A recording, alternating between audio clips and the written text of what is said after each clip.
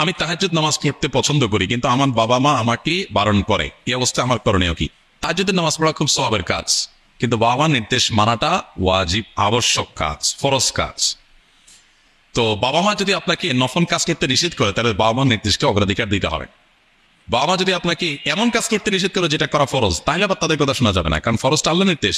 আর সুন্নাত নফল যেটা করলে সওয়াব আছে, না করলে সমস্যা নেই, ওই ক্ষেত্রে বাবা মার নির্দেশকে অগ্রাধিকার দিতে হবে। অতএব তাহাজ্জুদ পড়তে বাবা নিষেধ করেন, মা নিষেধ করেন, পড়বেন না। এখন কথা হলো, তাহাজ্জুদ আল্লাহর নিকট লাভের মাধ্যম, আমার অনেক উপকার হয়, আমার স্পিরিচুয়াল উন্নতি হয়, এখন ওনারা আবার মানাও করেন, তাহলে বুদ্ধি কি? বুদ্ধি হলো ওনারা মানা করেন হয়তো ছেলের শরীরের দিকে খেয়াল করে, তো সেক্ষেত্রে তাদের কাউন্সেলিং করতে হবে। আসলে দিনের উপরে একা একা চলে পরিপূর্ণ দিন মেনে চলাটা কঠিন হয়, দিনের উপরে পুরো ফ্যামিলিকে তোলার চেষ্টা করতে হয়। এই জন্য বাবা মাকে বোঝাবেন, কাউন্সেলিং করাবেন, নিজে পারেন না অন্য কাউকে দিয়ে বোঝাবেন, কোনো এক হুজুরের তাহাজ্জুদের বক্তব্য চালাই দিবেন, ওইটা শোনায় দিবেন, তাকে বিভিন্নভাবে কোশ্চেন করে তাকে শোনাবেন এবং তাকে প্রস্তুত করবেন যে তাহাজ্জুদ পড়ে মানুষের শরীর ক্ষতিগ্রস্ত হয় না, বরং লাভবান হয়।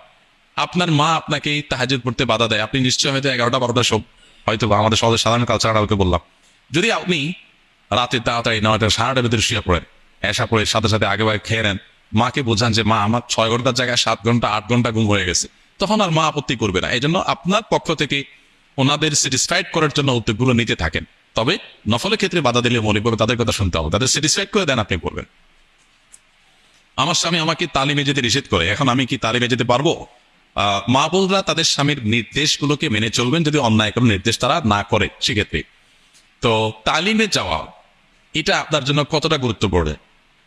আমাদের সমাজে অনেক মেয়েরা আছে, তালিমে যায় তো যায়, আবার নিজেরা ফতোয়া বের করে যে আমার অসুস্থ হলে আমি ডাক্তার দেখাতে কি স্বামীকে জিজ্ঞাসা করবো?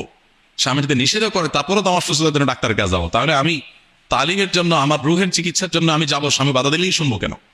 এটা একটা কুযুক্তি।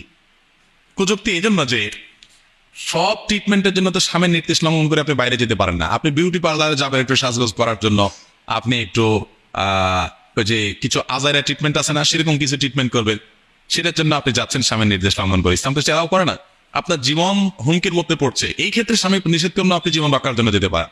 এখন প্রশ্ন হলো যে আপনি যে তালিমে যাচ্ছেন সেখানে কি কিছু ফজিলতের কথা অথবা কিছু ভালো কথা আপনি শুনছেন, প্রেরণামূলক, উৎসাহমূলক, মোটিভেশনাল ভালো কথা, এগুলো হলে ভালো, কিন্তু না হলে যে কোনো ক্ষতিগ্রস্ত হচ্ছেন তা না।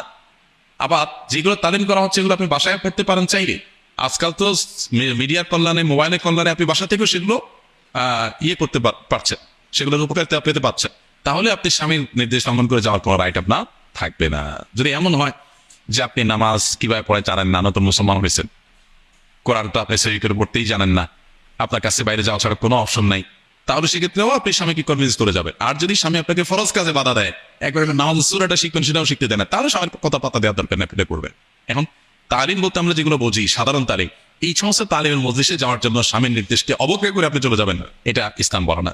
আমাদের অনেক বোনরা আছে জজবার চোটে স্বামীর নির্দেশ লঙ্ঘন করে অনেক কিছুই করে, আর তোমার কথা শুনবো নাই, একের পর এক করেন, বুঝেন না যে এটা তার জন্য একটা অ্যাসিড টেস্ট, যে তিনি তার স্বামীর আনুগত্য করবেন, এটা তাদের জান্নাতে যাওয়ার জন্য পূর্ব শর্ত। ঠিক একই ভাবেন ছেলে মেয়েদের জন্য মা বাবার নির্দেশ মেনে চলা, এটা তাদের জন্য অ্যাসিড টেস্ট, বুঝে না আসলেও তাদের মানতে হয়, যদি অন্যায় কোনো কথা না বলে। বিধায় এক্ষেত্রে স্বামীর নির্দেশকে প্রায়োরিটি দিতে হবে। আর তো স্বামীকে আপনি কনভিন্স করে শরিয়া সিদ্ধ তালিম আপনি যেতে চান, অবশ্যই আপনি যেতে পারেন। আমি প্রতি রাতেই দোয়া পাঠ করে ঘুমাই, কিন্তু তাও খারাপ স্বপ্ন দেখি, এমন অবস্থা করণীয় কি? দেখুন, খারাপ স্বপ্ন এটা কোনো কোনো সময় ফিজিক্যাল উইকনেসের কারণে মানুষ দেখে, শারীরিক দুর্বলতার কারণে। অতএব এরকম কিছু যদি হয়ে থাকে তাহলে ডাক্তার দেখানো উচিত এবং ফিজিক্যাল উইকনেস দূর করা দরকার। এটা পরীক্ষিত, প্রমাণিত যে ফিজিক্যাল উইকনেস বা শারীরিক দুর্বলতার কারণে মানুষ আজে বাজে স্বপ্ন দেখে, এটা দেখা দরকার। আবার পাশাপাশি আপনার এখানে আধ্যাত্মিক বা স্পিরিচুয়াল কোনো বিষয় আছে কিনা, দুষ্ট জিনের কোনো উপদ্রব আছে কিনা, এরকম যদি কিছু থাকে তাহলে সেক্ষেত্রে সে ব্যাপারেও সতর্ক থাকতে হবে, সাবধান থাকতে হবে এবং চেষ্টা করতে হবে। কিভাবে চেষ্টা করতে পারেন? আপনি রাতে শোয়ার সময় উজু করে ঘুমাইলেন, পবিত্র অবস্থায় ঘুমালেন এবং শোয়ার আগে শোয়ার আমলগুলো 3 গুণ পড়ে ফু দিয়ে পুরো শরীর ফু দিয়ে ঘুমাবেন। এই কাজগুলো বেশি বেশি করে করবেন। তারপরে যদি আপনি দেখেন ভালো কোনো লাঠি ঝাড়ফুঁক করে তাদের শরণাপন্ন হবেন এবং নিয়মিত রুকিয়া করবেন, ইনশাআল্লাহ বিদিনা ঠিক হয়ে যাবে।